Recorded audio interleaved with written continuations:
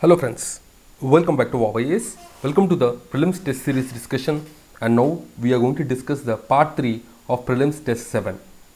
So this is the part 3 where we will discuss from question number 51 to question number 75. If you have any questions or any queries, do leave in the comment box. And as you all know, the document that we are using for this discussion is the summary document that we have prepared from the Vision IAS solutions. So for every test, Vision IAS provides solutions of about 50 to 60 pages. We are summarizing this content into about 10-12 pages. This so that it will become easy for you to revise things. If you want to check the quality of these summaries, do go to the Telegram channel and check it from there. The Telegram channel details are there in the description. Now let us begin with 51st question.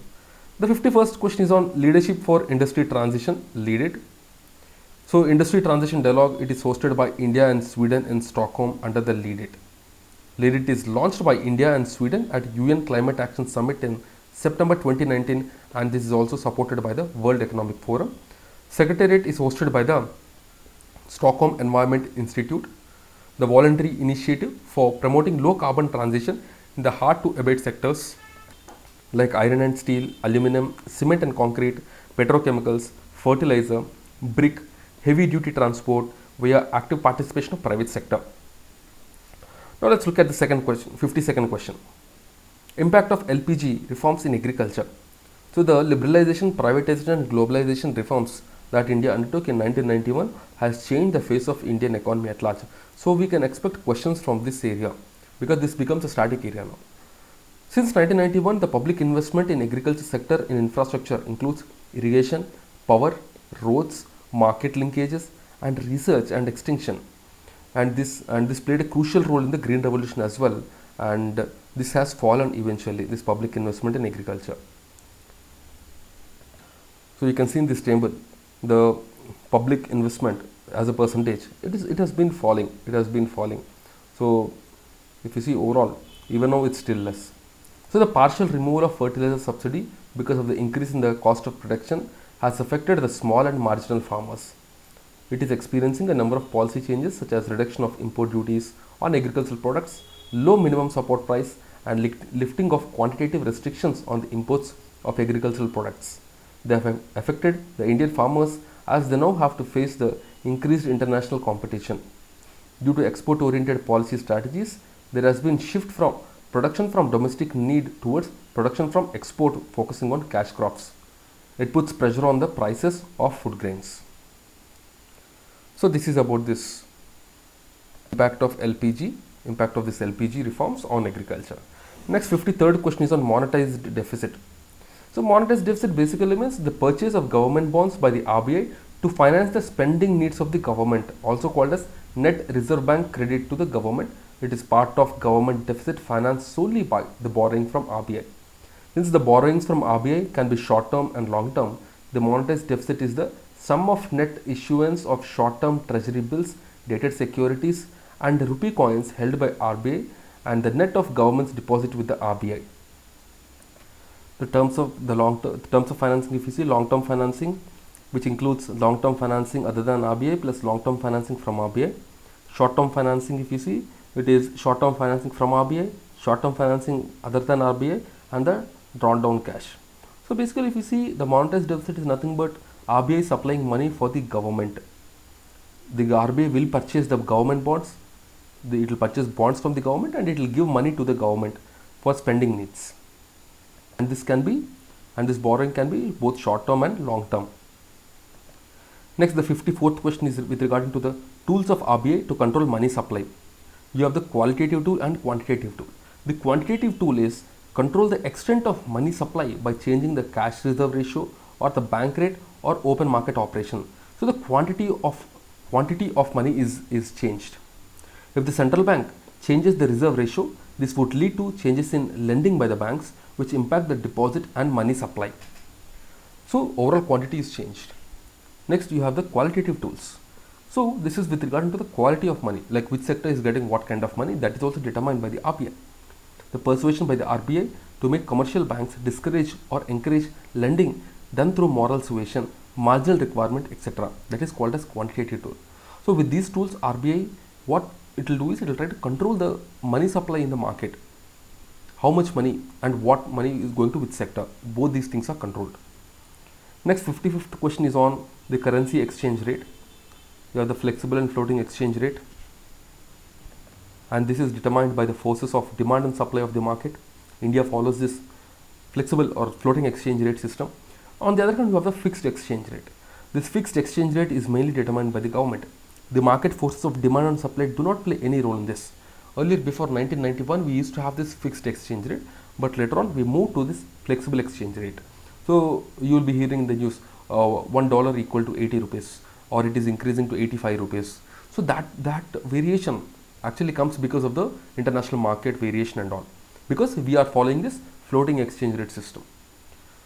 In completely flexible system, the central banks do not intervene in the forex market. But if you see RBI, sometimes it will try to intervene in the forex market, because we have a lot of surplus forex. We maintain this surplus because when the rupee is falling down, that is bad for the economy. So during that time, we try to control the rupee downfall through the surplus money that we have. So RBI will burn the cash that it has. The surplus account, the surplus balance that RBI has, it will be burned, and then the rupee will be maintained in that stable zone. Next, the 56th question is on the TRIPS agreement on IP. It is part of the WTO agreements and it is applicable to all the members. One of three pillars of WTO, other two, the trade in goods and trade in services.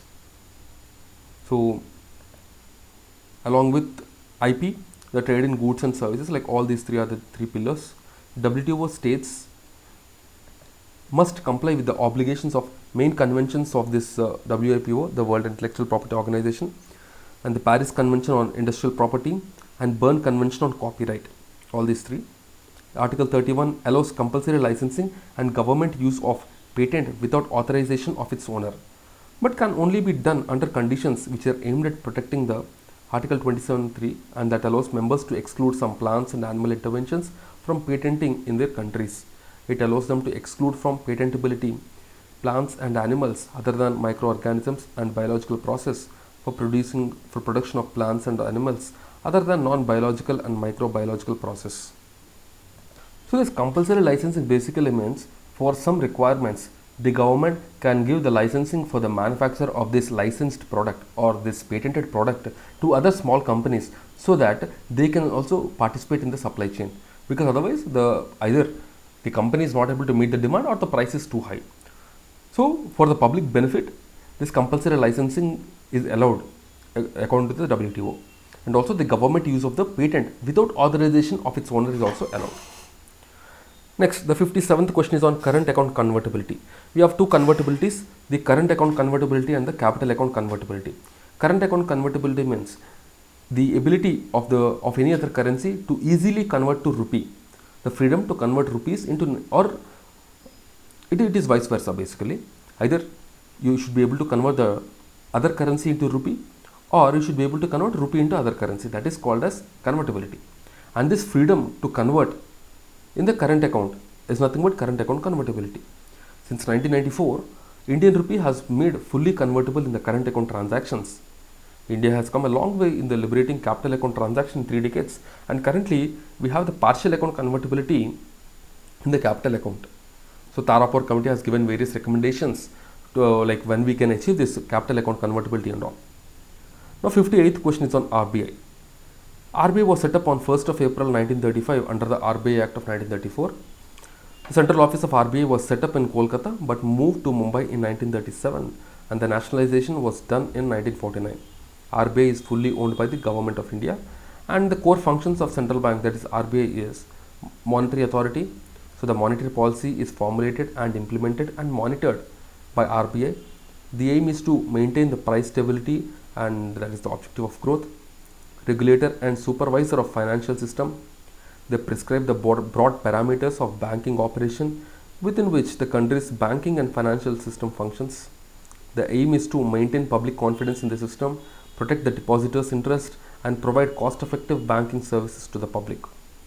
Also, RBI manages the forex according to the Forex Management Act of 1999. The aim is to facilitate external trade and payments, and also promote the development and maintenance of this forex market in India. Next, It also issues, RBI also issues, exchanges and destroys the currency notes. It puts into circulation the coins minted by the government. The aim is to give public the adequate quantity of supplies of currency notes and coins in good quality. RBI also performs the promotional function to support national objectives. The regulator and supervisor of payment and settlement system. So it introduces and upgrades the safe and efficient modes of payment systems in the country to meet the requirement of the public at large. So this is also the role. Matlab, all these transactions, the online transactions and all. So RBI is called the ultimate controller of it.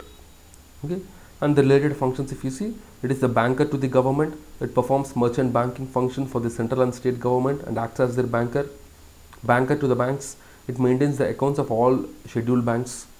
So these are broadly the functions of RBI. Now next you have the open market operations. It is the buying and selling of bonds issued by the government in open market, entrusted to RBI on behalf of the government of India. The RBI purchases G-Secs to general public to increase the stocks of high powered money in economy. If the RBI wishes to reduce the supply of high powered money, it undertakes an open market sale of government securities of its own holding in just reverse fashion, reducing the monetary base. So RBI, either it can reduce the money supply or it can increase the money supply in the economy. So for this it will sell the bonds as well as purchase the bonds. Both these things will be done. And also the high powered money, it is the total liability of the RBI. It consists of the currency notes, that is the notes plus coins in circulation with the public, and the vault cash of commercial banks, that is called as high powered money. So high powered money means the money which can be used readily. That is called as high powered money. All the currency in circulation and the deposits with the banks. Okay, and also the deposits held by the government of India and commercial banks with the RBI. So all these things come under this high powered money. Next, 60th question is on inflation indexed bonds. So normally you have the bonds which will pay the interest timely. But you have these inflation indexed bonds where the interest rate of the bond is adjusted to inflation, because inflation varies every year. So gradually, if there is fixed exchange rate, or if the interest rate is fixed, then the person who gave the money, then he will be on the losing side because of the inflation. So that's why this inflation indexed bond are introduced. They are issued by sovereign, that means the country, and provides constant return irrespective of the inflation in the economy. It protects the investor against the macroeconomic risks, while the fixed deposit offers a fixed exchange rate for given years, and in this fixed deposit, the investors are not protected against the erosion of real value due to inflation. But in this inflation indexed bonds, the investor is actually protected from this erosion of real value. The capital increase with inflation is also calculated, and the interest rate is also varied. In the deflation, the interest rate payment decreases with negative inflation, but capital does not decline below the face value, that is the initial investment, in case of deflation. So the investors are protected. The inflation index bonds provide inflation protection to both principal and interest payments. The IIBs, basically they are treated as the G-Secs, eligible for short-term sale and repo transactions, and get the SLR status. That means the statutory liquidity ratio status. That is the requirement of the banks. So this is about the inflation index bonds. Now let's look at the next question, the 61st question. So this is about the national disposable income. So national disposable income is the net national product at market price plus net other currency transfer from rest of the world. That is called as net disposable income. The current transfer from rest of the world includes items like gifts, aids, etc. It is maximum available income, earned and transfer incomes from all sources that a nation can spend on the consumption and saving without disposing of its assets to finance its expenditure. That is called as national disposable income. In short, this national disposable income means the total money that will be available with the public. The total money that will be available with the public for spending. That is called as national disposable income. Not only for spending, even the savings. So let's say 100 rupees is earned. Out of this 100 rupees, 60 rupees is spent and 40 rupees is saved. Right. So this is possible. The saving and expenditure, 60 spending and 40 expenditure is possible only if you have 100 income. And this 100 is called as a net disposable income. Next, the public goods. The government provides the goods and services which cannot be provided by the market mechanism or the exchange between individual consumer and producer. And these public goods, they are beneficial and available to all. Example, education, infrastructure, the lighthouse, flood control systems, fresh air, national security, official statistics, etc. The public good is different from common good. Common good, if you see, though non-exclusible, they tend to be semi-rivalrous in nature. Example, timber, coal, etc. But if you see the public provision, the public good, that is available for all and can be used at any time. The public provision, if you see, the goods and services financed through the budget and used without the direct payment, that is called as public good. The public good may be produced by the government or the private sector. When the goods are produced directly by the government, then it is called public production of goods. Okay. So this is basically about public good and common good. Next, two forms of capital: the physical capital and human capital. Physical capital is tangible. That means all the physical assets around us. Human capital, if you see, this is intangible. Human capital is not sold in market. Only services of the human capital are sold. Physical capital is separable from its owner, but human capital is inseparable. Human capital means all the knowledge, all the education that a person gains. All these things are part of the human capital, the skills and everything. Physical capital is nothing but the assets. The physical capital is mobile between countries. Human capital is not perfectly mobile between countries, as the movement is restricted by the nationality and culture. They both depreciate with time. Both human capital and physical capital, they depreciate with time, but the nature of depreciation differs. In human capital, the depreciation takes place with the aging, but can be reduced to large extent through continuous investment in the education, health, etc. But if you see the physical capital, it will continuously depreciate, and that value also depends on the economy at large. So there are multiple things, and human capital benefits not only the owner but also the society. But on the other hand, physical capital benefits only the owner. The 64th question is on Sagarmala. Sagarmala basically is for the modernization of the port. The components of Sagarmala, if you see, modernization of the port infrastructure, transforming the existing port to the world-class port and making new port. So Sagarmala is always related to port, remember this well. So the efficient evacuation system by improving hinterland linkages through rail, road and water. So even the linkages, because port has to be connected well. So this connectivity is also focused, that is also component of the Sagarmala. Encouraging coastal economic development by promoting the port-based SEZ and ancillary industries. And also the deep ocean survey and exploration. This is also component of the deep ocean mission launched by Ministry of Earth Sciences. So Sagarmala basically the port linked one. But this deep ocean mission is nothing related to Sagarmala, that is related to the deep ocean mission of Ministry of Earth Sciences. Next, the 65th question is about the countries in news. Turkey capital Ankara. So recently its name was changed to Turkey. The largest peninsula, if you see, it connects Asia and Europe to a certain extent. The political boundaries are Bulgaria, Greece, Georgia, Armenia, Azerbaijan and all.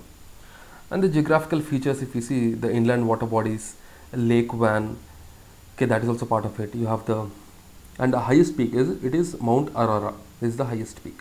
Okay, so you can see this is Turkey, the capital Ankara. So yesterday we just had this huge earthquake in Turkey. So Turkey will become important for us from the examination point of view, and the countries surrounding it, you just have to know them. Okay, so here you have Cyprus. So here you have the Mediterranean Sea, and also because of the Russia-Ukraine conflict and all, Turkey was in news, so just know its geography properly. So here you have the Black Sea. So Turkey is in between this Black Sea and the Mediterranean Sea, and you have the Sea of Marmara here. So this is Sea of Marmara. Just keep a close eye on it also. And here you have the important strait called the Bosphorus Strait. Okay. Next, Sudan. The capital is Khartoum. According to UN, the tribal clashes in Sudan, in Sudan's Darfur, it killed 100 people. Sudan is the Northeast African country sharing border with 7 countries: Egypt, Libya, Chad, Central African Republic, the South Sudan, Ethiopia and Eritrea. South Sudan was separated from it in 2011, and here it is dominated by the massive desert plains, the Nubian Desert for example, and the Darfur Plain. The Red Sea gives its maritime access. Red Sea will give it maritime access, and highest peak if you see, that is Dariba Caldera, which is a Jabal Mara mountain, and the main river is Nile, with Khartoum as merging point of its tributary White Nile and Blue Nile. Next is Zimbabwe. Zimbabwe capital is Harare. The inflation actually is more than 130%, so that's why Zimbabwe was in news in the past few years. It's a landlocked country in the south central, and it is in the south central Africa, with Botswana on the west, Zambia on the north, Mozambique on the east, and South Africa on the south. And if you see the geographical features, Lake Kariba, which is the world's largest reservoir by volume, is present here. The longest river, Zambezi, is also here. The highest point is Mount Inyangani, that is the highest peak. So this is about Zimbabwe. Next, Cambodia. So here you can see this is Zimbabwe. Okay, so it is located in the southern Africa. Next, Cambodia. The capital is Phnom Penh, and China set to build its second foreign outpost. The first was at Djibouti, and now it is going to set up in Cambodia at the Ream naval base of Cambodia on the Gulf of Thailand. And Cambodia is Southeast Asian country surrounded by Thailand, Laos, and Vietnam. Angkor Wat was an ancient temple complex built by Suryavarman I in the northern Cambodia. It is the world's largest religious structure. Geographical features if you see, the largest lake, Tonle Sap Lake, the largest freshwater lake of Southeast Asia, belonging to Mekong River system. Highest peak is Phnom Aural in the Cardamom Mountains. That is the highest peak. Next, 66th question. This is with regarding to the gold standards. 66th question is on the gold standard. The gold standard, if you see, from 1870 to 1914, gold was the main standard for the exchange rate. So all the currencies were defined in terms of gold. So some were even made of gold during this term, 1870 to 1914. During 1914 to 45, there was no universal system, but it saw a brief return to the gold standard and the period of flexible exchange rate. Next, after the Second World War, we saw this Bretton Woods Conference. It re-established the fixed exchange rates. Many countries have fixed exchange rates. India's exchange rate policy evolved with respect to international and domestic developments. Indian rupee was pegged to pound sterling due to its historic links with the Britain. With the breakdown of this Bretton Woods system and declining share of UK in India's trade, the rupee was delinked from the pound sterling in September 1975. 1975 to 92, the exchange rate was determined by RBI with a nominal band rate of plus minus 5% of the weighted basket of currencies of India's major trading partners. So almost you can say RBI used to determine the exchange rate. Next, 67th question is on the Small Finance Bank, which is a Small Finance Bank is a public limited company under the Company Act of 2013, which is intended to provide the financial services to unserved and unbanked region. They undertake the basic banking activities of acceptance of deposit and lending to unserved and underserved sections, including small business units, small and marginal farmers, micro and small industries, and unorganized sector entities, but without any restriction in the area of operations, unlike the regional rural banks.